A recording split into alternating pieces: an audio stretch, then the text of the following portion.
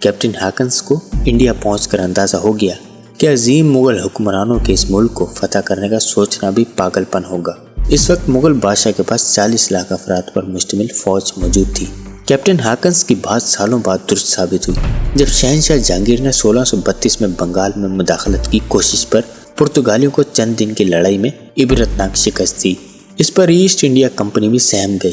Company نے فیصلہ کیا کہ انڈیا میں تجارت اور کاروبار کے لیے مغل حکمرانوں کی رضامندی سے کام کیا جائے۔ ہاکنس کو شہنشاہ جہانگیر کے پاس بھیجا گیا، مگر بازوق شہنشاہ نیم خواندہ ہاکنس سے متاثر نہ ہوا اور اسے کوئی رعایت نہ مل سکی۔ اس کے بعد کنگ جیمز کو آمادہ کیا گیا کہ انتہائی پڑھے لکھے رکن پارلیمنٹ اور سفارتکار سر تھامس رو کو جہانگیر کے دربار میں شاہی ایلچی کے طور پر بھیجا جائے۔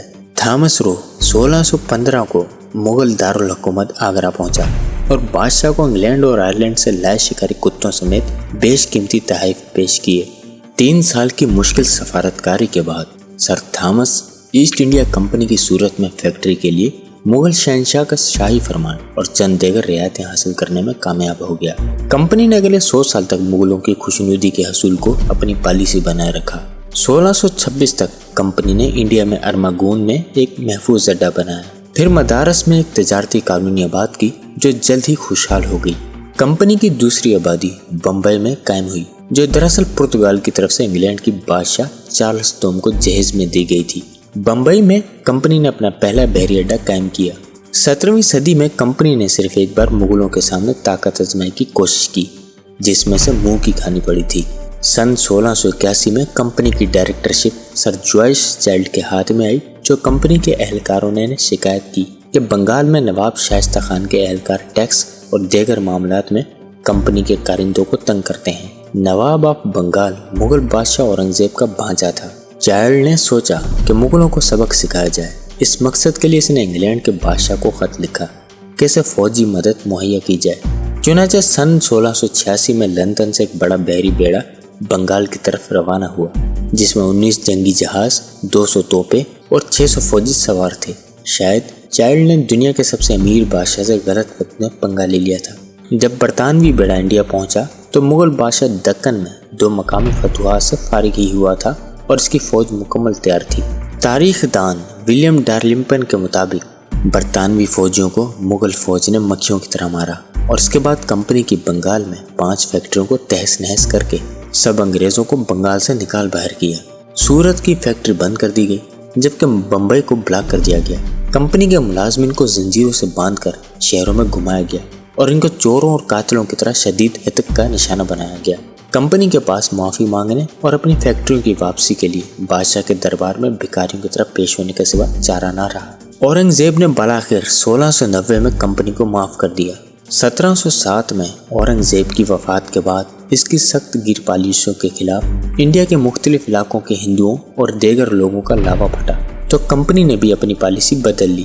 جب احمد شاہ رنگیلا کے دور میں ایران سے نادر شاہ کے حملے اور اربوں ڈالر کی تاریخی لوٹ کھسوٹ اور انڈیا کے مختلف علاقوں کے لوگ ایک دوسرے کے خلاف سفیرہ ہوئے تو کمپنی نے فائدہ اٹھاتے ہوئے تمام مقامی افراد پر مشتمل لاکھوں کی فوج تیار کی اور اس کے ذریعے مغلوں، مرہٹوں، سکھوں اور مقامی نوابوں کو ایک ایک کر کے زیر کرتی گئی۔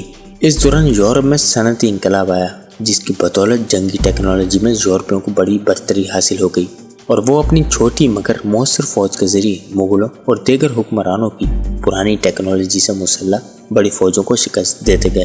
اگست 1765 میں ایسٹ انڈیا کمپنی نے نوجوان مغل بادشاہ شاہ عالم کو جنگ میں ہرا کر اسے مجبور کر دیا کہ وہ بنگال میں انتظامی امور کمپنی کے حوالے کر دے۔ تاریخ دانوں کے مطابق یہ انڈیا کا نو آبادی بنانے کا سب سے اہم مرحلہ تھا، جس کے بعد کمپنی انڈیا کی مالک بن بیٹھی اور جہازوں کے جہاز بھر کر انڈیا سے لوٹا ہوا مال لندن پہنچنا شروع ہو گیا۔ صرف میسور کے شیر کہلانے والے ٹیپو سلطان نے فرانس کی تکنیکی معاونت سے کمپنی کی حقیقت بڑی مزاحمت کی اور کمپنی کو 2 جنگوں میں شکست بھی دی۔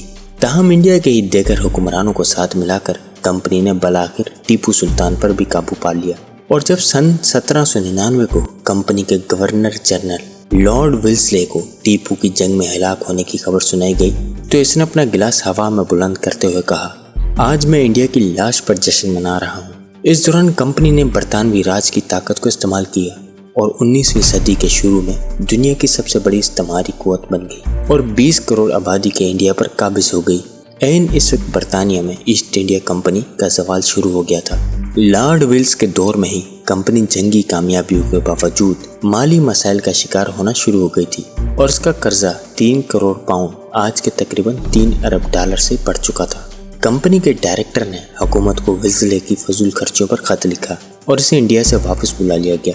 پھر سن 1813 میں برطانوی پارلیمنٹ نے صدیوں بعد ایسٹ انڈیا کمپنی کی انڈیا میں تجارت پر اجارہ داری ختم کرتے ہوئے دیگر برطانوی کمپنیوں کو بھی انڈیا میں کاروبار کرنے اور دفاتر کھولنے کی اجازت دے دی۔ سن 1833 میں سالوں کی مسلسل کوشش کے بعد کمپنی کے برطانوی مخالفین غالب آ گئے اور برطانوی پارلیمنٹ نے ایک بل پاس کیا جس کے تحت ایسٹ انڈیا کمپنی سے حق تجارت چھین لیا اور اسے گورنگ کارپوریشن میں بدل دیا۔ جب 1857 کی جنگ آزادی میں کمپنی کے اپنے بھرتی شدہ سپاہیوں نے اس کے خلاف بغاوت کر دی تو برطانیہ نے فیصلہ کر لیا کہ بہت ہو گیا۔ 9 ماہ کی بے یقینی کے بعد آخر کمپنی نے بغاوت، جسے انڈیا میں جنگ آزادی کہا جاتا ہے، کچل دی اور کمپنی نے آخری بار اپنی بہیمانہ طاقت کا مظاہرہ 20,000 افراد کو بازاروں اور سڑکوں پر لٹا کر اور قتل کر کے کیا۔ یہ پوری برطانوی نو آبادی تاریخ کا سب سے بڑا قتل عام تھا، تاہم یہ کمپنی کا آخری ظالمانہ اقدام تھا۔ برطانوی ملکہ وکٹوریہ نے کمپنی کے اختیارات ختم کر کے انڈیا کا انتظام براہ راست سنبھال لیا اور کمپنی کی فوج کو برطانوی فوج میں ضم کر کے اس کی نیوی ختم کر دی گئی۔ اس کے باوجود کمپنی کا چارٹر 1874 تک مؤثر تھا، جس کے بعد کمپنی خاموشی سے تاریخ کے اوراق میں گم ہو گئی۔ شاید برطانیہ کمپنی کے کارناموں پر زیادہ فخر محسوس نہیں کرتا، اس لیے آج لندن میں کمپنی کے نام کی کوئی یادگار تک نہیں۔ ہاں، کمپنی کے برانڈ کا نام اب انڈیا کی ریاست کیرلا سے تعلق رکھنے والے 2 بھائیوں کی ملکیت ہے، جسے وہ لندن کے ایک شو روم میں گور میں چائے، کافی اور چاکلیٹ کی فروخت کے لیے استعمال کرتے ہیں۔